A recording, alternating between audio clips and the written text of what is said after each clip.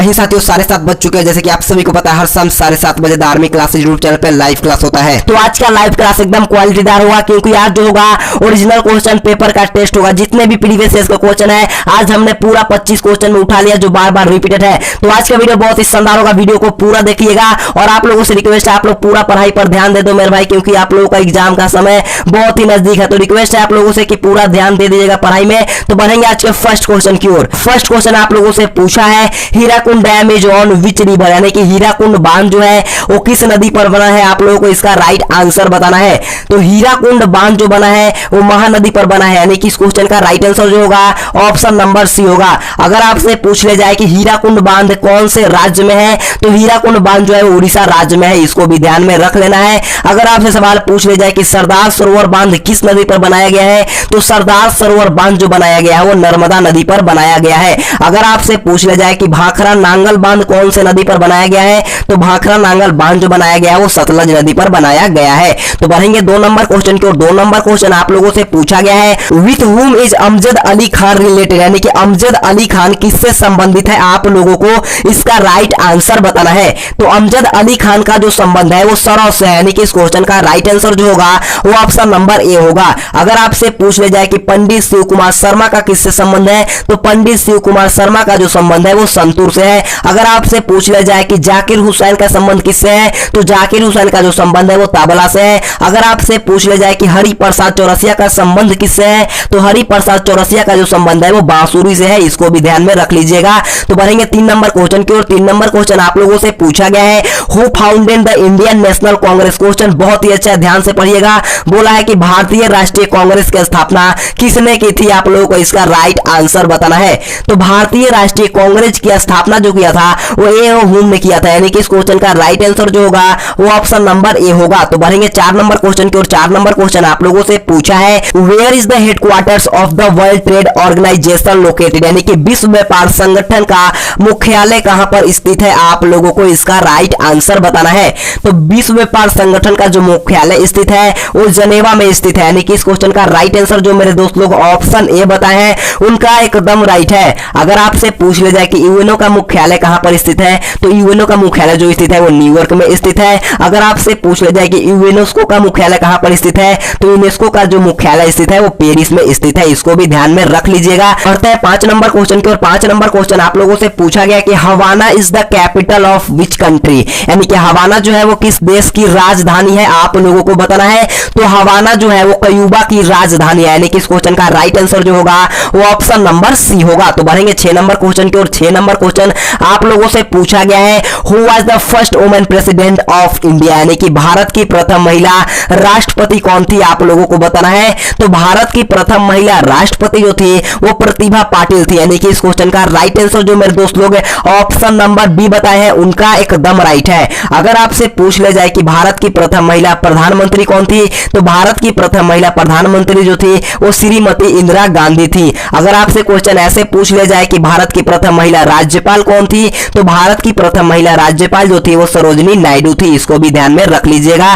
तो बढ़ेंगे 7 number question की ओर। 7 नंबर क्वेश्चन पूछा है where is statue of liberty located, यानी कि स्टैच्यू ऑफ लिबर्टी कहां स्थित है, आप लोगों को बताना है। तो स्टैच्यू ऑफ लिबर्टी जो स्थित होता है वो न्यूयॉर्क में स्थित होता है, यानी कि इस क्वेश्चन का राइट आंसर जो मेरे दोस्त लोग ऑप्शन नंबर डी बताए हैं उनका एकदम राइट है। तो बढ़ेंगे 8 नंबर क्वेश्चन की ओर। 8 नंबर क्वेश्चन आप लोगों से पूछा है Babur's biography Baburnama has been compose in which language, यानी कि बाबर की जीवनी बाबरनामा की रचना किस भाषा में की गई थी, आप लोगों को बताना है। क्वेश्चन बहुत ही अच्छा है। तो इस क्वेश्चन का राइट आंसर जो होगा वो ऑप्शन नंबर डी, यानी कि तुर्की भाषा में बाबर की जीवनी लिखा गया था। तो बढ़ेंगे 9 नंबर क्वेश्चन की ओर। 9 नंबर क्वेश्चन आप लोगों से पूछा है in which state is the Pushkar fair organization, यानी कि पुष्कर मेले का आयोजन किस राज्य में होता है, आप लोगों को इसका राइट आंसर बताना है। तो पुष्कर मेले का आयोजन जो होता है वो राजस्थान राज्य में होता है, यानी कि इस क्वेश्चन का राइट आंसर जो होगा ऑप्शन नंबर बी होगा। तो बढ़ेंगे 10 नंबर क्वेश्चन की ओर। 10 नंबर क्वेश्चन अच्छा क्वेश्चन पूछा है सारे जहां से अच्छा हिंदुस्तान हमारा, यानी कि सारे जहां से अच्छा हिंदुस्तान हमारा किसने लिखा था, आप लोगों को बताना है। तो सारे जहां से अच्छा हिंदुस्तान हमारा जो लिखा गया है वो मोहम्मद इकबाल के द्वारा लिखा गया है, यानी कि इस क्वेश्चन का राइट आंसर जो होगा वो ऑप्शन नंबर डी होगा। क्वेश्चन काफी बार पूछ दिया गया है कि वंदे मातरम के रचयिता कौन है, तो वंदे मातरम के जो रचयिता है वो बंकिम चंद्र चटर्जी है, और जन गण मन के जो रचयिता है वो रविंद्रनाथ टैगोर है, इसको भी ध्यान रख लीजिएगा। तो बढ़ेंगे 11 नंबर क्वेश्चन की ओर। 11 नंबर क्वेश्चन आप लोगों से पूछा है which planet is known as red planet, यानी कि लाल ग्रह के रूप में कौन सा ग्रह जाना जाता है, आप लोगों को इसका राइट आंसर बताना है। तो लाल ग्रह के रूप में जो जाना जाता है वो मंगल ग्रह को जाना जाता है, यानी कि इस क्वेश्चन का राइट आंसर जो होगा वो ऑप्शन नंबर बी होगा। अगर आपसे पूछ लिया जाए कि नीला ग्रह किसे कहा जाता है, यानी कि ब्लू प्लैनेट किसे कहते हैं, तो ब्लू प्लैनेट जो कहते हैं वो पृथ्वी को कहते हैं। अगर आपसे पूछ लिया जाए कि भोर का तारा किसे कहा जाता है, तो भोर का तारा जो कहा जाता है वो शुक्र को कहा जाता है। तो बढ़ेंगे 12 नंबर क्वेश्चन की ओर। 12 नंबर क्वेश्चन भी अच्छा क्वेश्चन पूछा है what is the ratio of length and wide of the flag India, यानी कि भारत के झंडे का लंबाई तथा चौड़ाई का अनुपात क्या होता है, लंबाई और चौड़ाई का पूछा गया है। तो लंबाई और चौड़ाई का जो अनुपात होता है वो 3:2 होता है। अगर आपसे पूछ लिया जाए कि चौड़ाई और लंबाई का अनुपात कितना होगा, तो चौड़ाई और लंबाई का जो अनुपात होगा वो 2:3 होगा। तो बढ़ेंगे 13 नंबर क्वेश्चन की ओर। 13 नंबर क्वेश्चन आप लोगों से पूछा है when is air force day celebrated, यानी कि वायु सेना दिवस कब मनाया जाता है। आप लोग क्वेश्चन पढ़ते ही इसका आंसर बता दिए होंगे मुझे उम्मीद है। तो वायु सेना दिवस जो मनाया जाता है वो 8 अक्टूबर को मनाया जाता है, यानी कि इस क्वेश्चन का राइट आंसर जो होगा वो ऑप्शन नंबर डी होगा। अगर आपसे सवाल पूछ लिया जाए कि नेवी डे यानी कि जल सेना दिवस कब मनाया जाता है, तो जल सेना दिवस जो मनाया जाता है वो 4 दिसंबर को मनाया जाता है। अगर आपसे पूछ लिया जाए कि थल सेना दिवस कब मनाया जाता है, तो थल सेना दिवस जो मनाया जाता है वो 15 जनवरी को मनाया जाता है। अगर आपसे पूछ लिया जाए कि शहीद दिवस कब मनाया जाता है, तो शहीद दिवस जो मनाया जाता है वो 30 जनवरी को मनाया जाता है, इसको भी ध्यान में रख लीजिएगा। तो बढ़ेंगे 14 नंबर क्वेश्चन की ओर। 14 नंबर क्वेश्चन आप लोगों से पूछा गया है Swaraj is my birth right who said this, यानी कि स्वराज मेरा जन्मसिद्ध अधिकार है, यह किसने कहा था, आप लोगों को बताना है। तो इस क्वेश्चन का राइट आंसर जो होगा वो ऑप्शन नंबर डी जो बताए हैं उनका एकदम राइट है। स्वराज मेरा जन्मसिद्ध अधिकार है जो कहा गया था वो बीजी तिलक यानी कि बाल गंगाधर तिलक के द्वारा कहा गया था। तो बढ़ेंगे 15 नंबर क्वेश्चन की ओर। 15 नंबर क्वेश्चन आप लोगों से पूछा है in which state is the Naroda nuclear power station, यानी कि नरोड़ा परमाणु ऊर्जा स्टेशन किस राज्य में है, आप लोगों को बताना है। क्वेश्चन बहुत ही अच्छा है, तो जल्दी से इसका राइट आंसर बताइएगा। तो नरोड़ा परमाणु ऊर्जा स्टेशन जो है वो यूपी में है, यानी कि इस क्वेश्चन का राइट आंसर जो होगा वो ऑप्शन नंबर ए होगा। अगर आपसे सवाल पूछ लिया जाए कि रावत भट्टा कहां पर स्थित है, तो रावत भट्टा परमाणु ऊर्जा जो है वो राजस्थान में स्थित है, इसको भी ध्यान में रख लीजिएगा। तो अब बढ़ेंगे जनरल साइंस की तरफ। तो जनरल साइंस का 16 नंबर क्वेश्चन आप लोगों से पूछा है which metal is called life saving metal, यानी कि किस धातु को जीवन रक्षक धातु कहते हैं, आप लोगों को इसका राइट आंसर बताना है। क्वेश्चन बहुत ही अच्छा है, तो इस क्वेश्चन का राइट आंसर जो मेरे दोस्त लोग ऑप्शन नंबर बी यानी कि रेडियम बताए हैं उनका एकदम राइट है। अगर आपसे पूछ लिया जाए कि आशा की धातु किसे कहा जाता है, तो आशा की धातु जो कहा जाता है वो यूरेनियम को कहा जाता है। अगर आपसे पूछ लिया जाए कि त्रियु चांदी किसे कहते हैं, तो त्रियु चांदी जो कहा जाता है वो पारा को कहा जाता है। अगर आपसे पूछ लिया जाए कि भय की धातु किसे कहा जाता है, तो भय की धातु जो कहा जाता है वो प्लैटिनम को कहा जाता है। तो बढ़ेंगे 17 नंबर क्वेश्चन की ओर। 17 नंबर क्वेश्चन आप लोगों से पूछा गया है what will be the SI unit of heat, यानी कि ताप का एसआई मात्रक क्या होगा, आप लोगों को इसका राइट आंसर बताना है। तो ताप का एसआई मात्रक जो होता है वो केल्विन होता है, यानी कि इस क्वेश्चन का राइट आंसर जो होगा वो ऑप्शन नंबर डी होगा। अगर आपसे पूछ लिया जाए कि विद्युत धारा का एसआई मात्रक कितना होता है, तो विद्युत धारा का एसआई मात्रक जो होता है वो एम्पियर होता है, और ज्योति तीव्रता का जो होता है वो कैंडेला होता है, इसको भी ध्यान में रख लीजिएगा। तो बढ़ेंगे 18 नंबर क्वेश्चन की ओर। 18 नंबर क्वेश्चन आप लोगों से पूछा गया है कौन सा रक्त समूह सर्वगाही होता है, आप लोगों को इसका राइट आंसर बताना है। तो कौन सा रक्त समूह जो होता है वो सर्वगाही होता है, तो जल्दी से इसका राइट आंसर बताइएगा।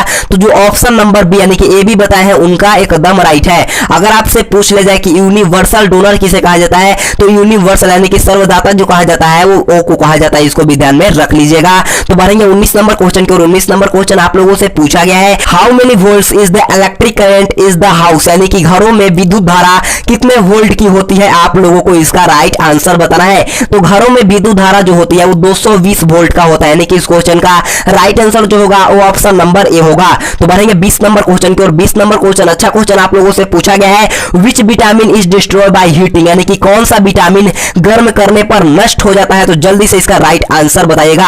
तो विटामिन सी जो है वो नष्ट करने पर खत्म हो जाता है, यानी कि इस क्वेश्चन का राइट आंसर जो मेरे दोस्त लोग ऑप्शन नंबर ए बताए हैं उनका एकदम राइट है। तो बढ़ेंगे 21 नंबर क्वेश्चन की ओर। 21 नंबर क्वेश्चन बोलने से पहले आप लोगों से रिक्वेस्ट है अगर आपने अभी तक वीडियो को लाइक नहीं किया तो प्लीज मेरे दोस्त जल्दी से वीडियो को लाइक कर देना। मैं बार बार बोलता हूं प्लीज यार वीडियो को स्टार्टिंग से ही पहले से लाइक कर देना, मुझे उम्मीद है आप लोग लाइक लाइक कर दिए होंगे। तो देखिएगा 21 नंबर क्वेश्चन आप लोगों से पूछा गया है, what does the Richter scale major, यानी कि रिएक्टर स्केल किसके मापने का कार्य करता है, आप लोगों को इसका राइट आंसर बताना है।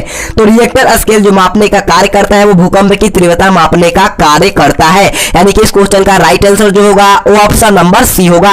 तो बढ़ेंगे 22 नंबर क्वेश्चन की और 22 नंबर क्वेश्चन पूछा है, which disease in human body is caused by deficiency of, यानी कि मानव शरीर में घेंघा रोग किसकी कमी से होता है, आप लोगों को बताना है। तो मानव शरीर में घेंघा रोग जो होता है वो आयोडीन की कमी से होता है, यानी कि इस क्वेश्चन का राइट आंसर जो होगा वो ऑप्शन नंबर ए होगा। तो बढ़ेंगे 23 नंबर क्वेश्चन की ओर। 23 नंबर क्वेश्चन पूछा है, who discovered the circulation of blood, यानी कि खून के परिचालन की खोज किसने की थी, आपको बताना है। तो खून के परिचालन की खोज जो किया था वो विलियम हार्वे द्वारा की गई थी, यानी कि इस क्वेश्चन का राइट आंसर जो होगा वो ऑप्शन नंबर बी होगा। तो बढ़ेंगे 24 नंबर क्वेश्चन की ओर। 24 नंबर क्वेश्चन अच्छा क्वेश्चन पूछा है, which metal can be cut with a knife, यानी कि ऐसी कौन सी धातु है जिसे चाकू से काटा जा सकता है। तो जल्दी से इसका राइट आंसर बताइएगा। तो सोडियम धातु है, इसे हम लोग चाकू से काट सकते हैं, यानी कि इस क्वेश्चन का राइट आंसर जो होगा वो ऑप्शन नंबर सी होगा। तो बढ़ेंगे आज के लास्ट क्वेश्चन की ओर। लास्ट क्वेश्चन आप लोगों से पूछा गया है, which of the following instrument is used to measure air pressure, यानी कि निम्न में किस यंत्र से वायु दाब नापा जाता है, आप लोगों को बताना है। ऑप्शन 4 आपके सामने है,